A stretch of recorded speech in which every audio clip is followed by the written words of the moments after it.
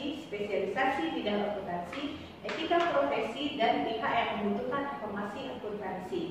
Anda semua mungkin tidak menyadari bahwa akuntansi itu selalu kita praktekkan dalam kehidupan sehari-hari. Anda mungkin pernah belanja di minimarket, kemudian mendapatkan nota atau struk pembelanjaannya. Nah, itu juga bagian dari akuntansi.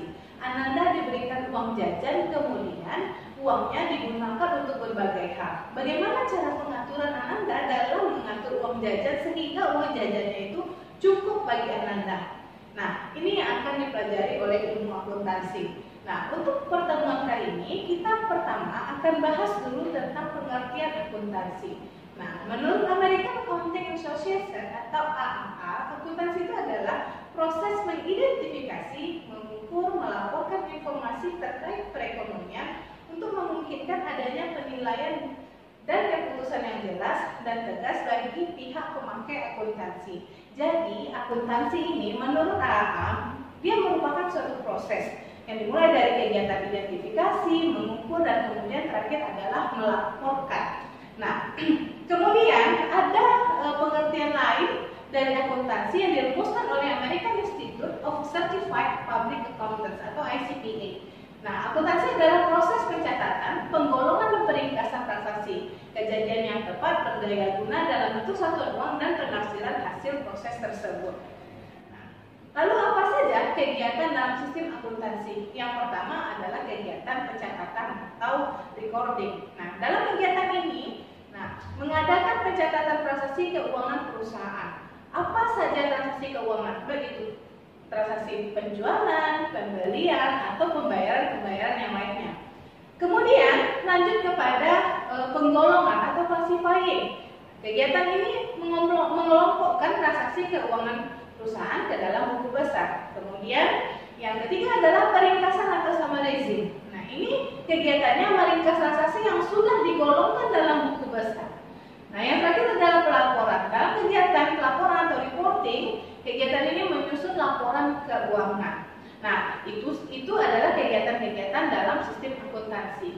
Kemudian spesialisasi dalam bidang akuntansi. Ada 8 bidang akuntansi yang akan kita pelajari atau kita kenal. Yang pertama adalah akuntansi keuangan atau financial accounting. Nah, dalam akuntansi keuangan ini nanti akan dipelajari atau ilmu yang akan membahas tentang akuntansi keuangan suatu perusahaan. Kemudian yang kedua ada akuntansi biaya atau cost accounting. Nah, akuntansi biaya biasanya digunakan dalam perusahaan industri atau perusahaan manufaktur. Yang ketiga adalah akuntansi perpajakan atau tax accounting. Nah, akuntansi perpajakan ini akan digunakan oleh pemerintah dalam perhitungan perpajakan. Kemudian yang keempat ada akuntansi anggaran. Nah, ini biasanya digunakan oleh semua perusahaan dalam menyusun anggaran-anggaran perusahaannya untuk 1 tahun ke depan. Yang kelima adalah akuntansi pemeriksaan atau auditing. Nah, akuntansi pemeriksaan biasanya digunakan ketika setelah tahun anggaran atau tahun satu periode akuntansi dilaksanakan. Kemudian yang keenam, akuntansi pemerintahan atau government accounting. Nah, akuntansi pemerintahan digunakan dalam kegiatan-kegiatan pemerintahan. Yang ketujuh adalah akuntansi manajemen, yaitu akuntansi manajemen juga digunakan dalam setiap perusahaan. Nah, yang kedelapan yang terakhir adalah sistem informasi akuntansi atau accounting system. Lalu apa saja bidang-bidang akuntansi ini menurut profesinya? Yang pertama ada akuntan publik atau public accountant. Yang kedua akuntan intern atau private accountant. Yang keempat akuntan pemerintah atau government accountant. Dan yang terakhir adalah akuntan pendidik. Akuntan pendidik ini contohnya seperti guru dan dosen. Kemudian etika profesi akuntansi. Nah, pengertian dari etika profesi akuntansi ini adalah standar sikap yang disusun secara praktis, realistis, dan ideal bagi para anggota profesi tersebut. Kemudian ada kode etik profesi akuntansi. Apa saja kode etik dalam profesi akuntansi? Nah, ada 5. Yang pertama, seorang akuntan harus bertanggung jawab terhadap pekerjaannya.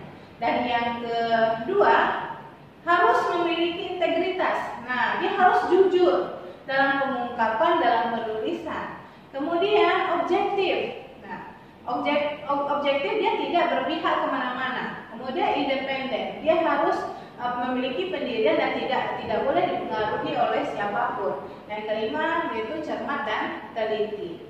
Nah, kemudian kita masuk lagi ke pihak-pihak yang membutuhkan informasi akuntansi. Pertama ada pihak intern atau internal user. Pihak intern ini adalah pemakai informasi akuntansi yang termasuk pihak internal adalah pimpinan perusahaan atau manajemen. Nah, manajemen menggunakan informasi akuntansi sebagai dasar membuat perencanaan, kebijakan dan pengawasan terhadap kegiatan-kegiatan perusahaan. Lalu siapa saja pihak-pihak intern atau external user? Yang pertama itu adalah pemilik perusahaan, yang kedua investor, yang ketiga para karyawan, yang keempat para kreditur, dan yang kelima pemerintah.